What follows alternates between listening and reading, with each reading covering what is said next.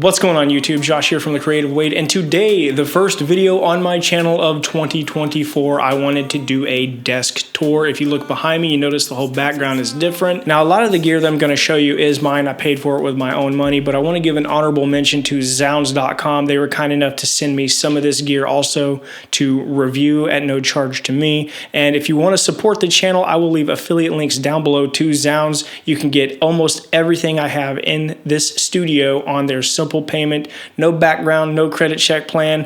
I highly recommend it. The stuff that I own that they didn't send me, I bought all of it on the payment plan. So again, I highly recommend Zounds. So without further delay, let's hop into the desk tour. Starting with the heart of the whole operation, which would be the computer. It is not new. It is a 9th gen i7 with 64 gigabytes of RAM, 1 terabyte NVMe SSD, and I have an external Samsung T5 1 terabyte SSD. I know in the scheme of things, 2 terabytes is not a whole lot, but I do have a really cheap mechanical 4 terabyte drive that I keep just for archiving my YouTube videos and old sessions and things like that. And then of course with the computer, you need the DAW to run on the computer. So I am rocking Studio One, PreSonus Studio One going into 2024. Past year and a half or so, I have experimented with a bunch of different DAWs. While they are all great and they all do have strengths and some of them have their weaknesses, obviously, Studio One for me is the one that checks the most boxes. So that's the one that I'm going to be using going into 2024. And with Studio One, of course, I like to use a lot of virtual instruments, and controlling those virtual instruments would be one of my favorite pieces of gear in the studio, and that is my Novation Launchpad X. It's one of those pieces of gear to where I can grab it, throw it in a bag.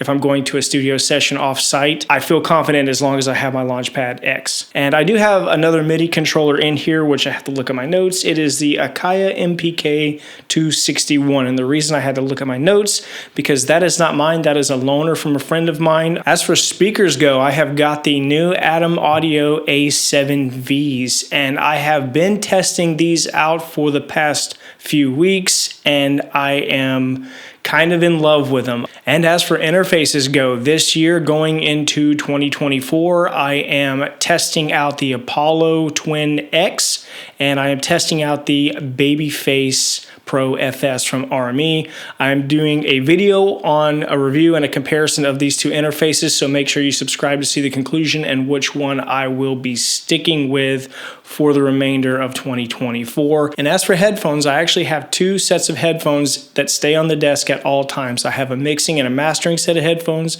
and I have a tracking set of headphones. Now, my tracking headphones are the Audio-technica ATH-M40Xs.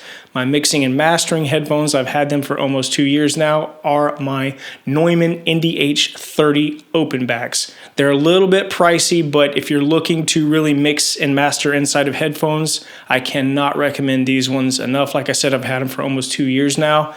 I absolutely love them, and I really do believe that I am hearing the mix the way that I want to hear it. And finally, last but certainly not least, the desk itself. You can see it right here. It's a little bit different than previous videos in 2023, and this is the On-Stage WS7700B. And I had to look at my notes because I don't know who names these things, but that's the name of the desk. I think it comes in around $600, $650. You can get it on Zounds also for the payment plan, which is what I did.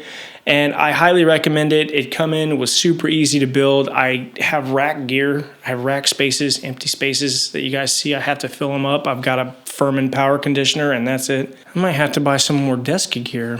Make sure you hit that subscribe button and see what the desk looks like at the end of this year. So that's going to do it for this video. Hopefully you guys got some type of entertainment, maybe gave you some ideas on some studio gear you might want to check out going into 2024. If you have any questions or comments, feel free to leave them down below in the comments. And remember, it's called music theory, not music fact. You guys have a good one.